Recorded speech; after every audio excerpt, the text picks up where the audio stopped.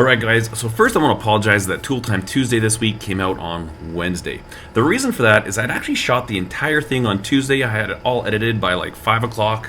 I shot it on this camera, and I've never had issues with this camera before, but for some reason I just didn't like the video.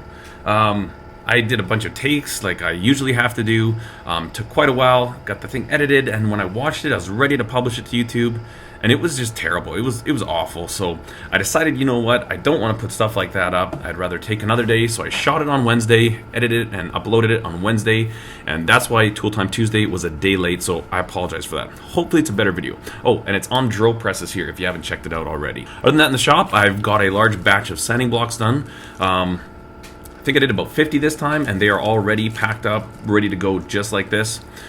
One thing I'll let you know is that I did increase the price on my website to $70, and that still includes the free shipping. The reason for that is that the shipping option that I had before wasn't tracked. And I think it was 8 or 9 that had gone missing in the last 3 weeks. So I've had to resend them out to customers, and I mean, they feel awkward, I feel awkward. It's a terrible situation. And honestly, if I'm losing 10 sanding blocks a month, that's kind of it ends up becoming not worth it. So I've increased the price by $10, and what that allows me to do is add insurance. So it's got $100 worth of insurance on it, plus it's a tracked package. So you'll get the tracking number as soon as the order ships. I have the tracking number, we know where it is, it's not going to get lost, and I think it's just going to be a much better system all around. Ultimately, it's about one of the only ways that I can foresee continuing making these blocks available. So I just want to let you know about that. Also, in the shop here, if you don't follow me on Instagram, I've just been working on a bunch of random knives, little pocket pal 2s like this. This one I did a little mini cleaver. I did a little heavier profiling on the handle. I really like this a lot better. It's much more comfortable in the hand, and just trying to get some knives available up on the website, as well as a bunch of custom orders that I've had come in. On Monday we went skiing. We went up to Nikiska. It was funny because I live about 2 hours from Banff, the Canadian Rockies, and as a kid I skied every weekend. Like, I had a season's pass. I started skiing when I was 4 years old. I was at Lake Louise every single weekend, and as an adult I might ski once every year or every 2 years, so it's kind of fun to head up there again and see if I still have it.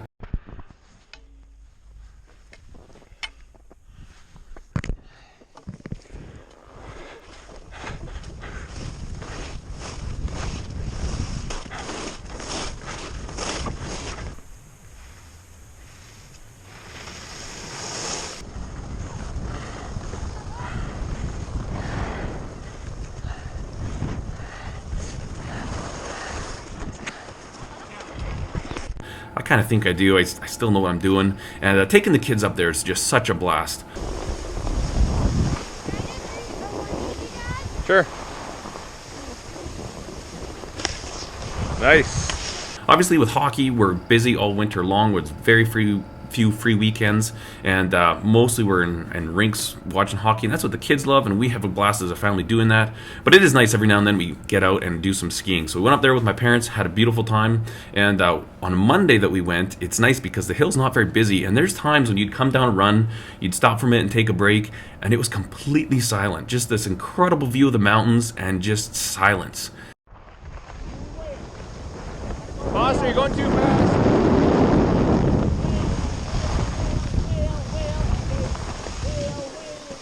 Good job, Foster.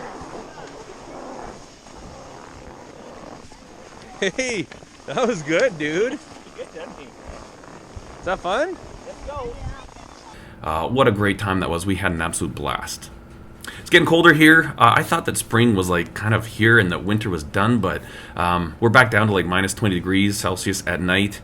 I've got about 6 inches of snow today, so it looks like we're not quite done with winter yet. Not sure if you hear the racket behind me, but the stove is going, and I don't mind the cold, but working in this shipping container is so much more work. It takes about an hour to warm this thing up every morning.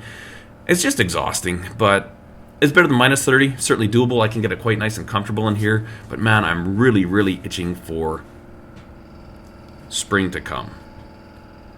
Another thing that I've been looking into for the last several weeks was Patreon, and I was kind of looking at it, you know, the more success you have on YouTube, the more you want to create videos, and by all means, I'm still a tiny little channel, but I feel like people are actually enjoying what I'm producing, and so that kind of spurs you on to produce more of it. Obviously, that takes time.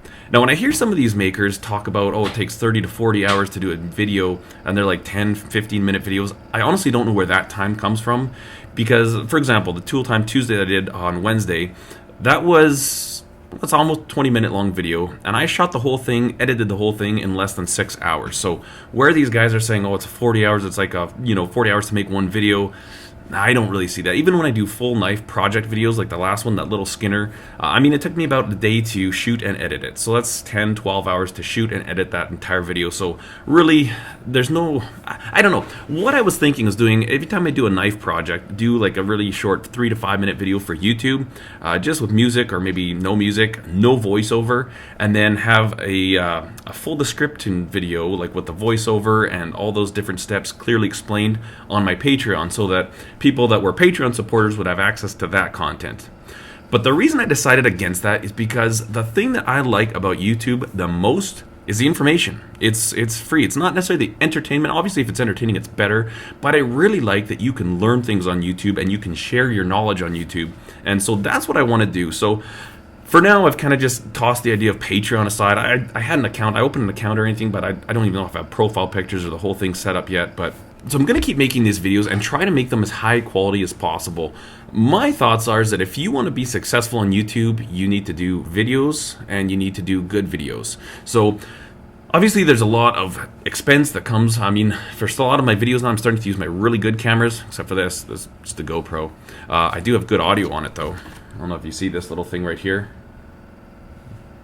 Right there, that little furry, because the GoPro audio sucks, so I'm just going to mix these together in post-production. But anyways, on YouTube, so that's kind of where I'm at with the YouTube thing. I really want to keep making videos, and I don't want you guys to have to pay for them. At the same time, if you guys like the videos, that really helps because they get higher recommendations, they get more views, and ultimately for that little tiny money that you get for each view, I would make more the more views I get. So the plan for me is that make good videos.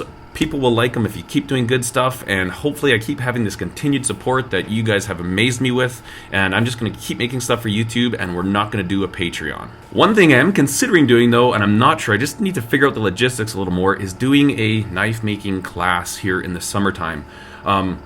Right now, that was kind of part of the reason why I did a big shop organization, so there's a little bit more room so that if I wanted to teach somebody how to make a knife here, I could actually do that. So that's something I'm looking at doing, and again, this is just kind of an idea. It's a bit in the distance, and I'm thinking summertime might be a good time, like a Saturday class, come out from like 8 till 6, and we will make a knife. You can use all my equipment.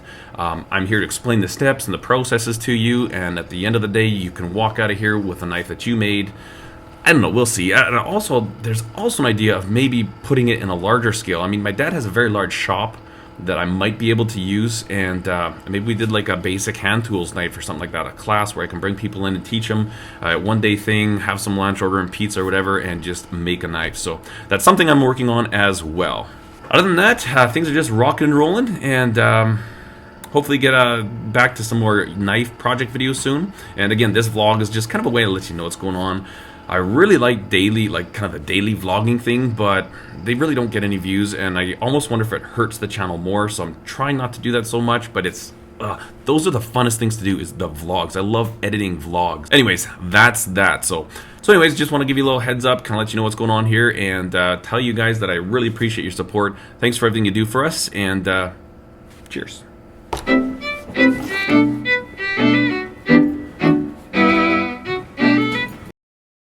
I have to turn the camera off.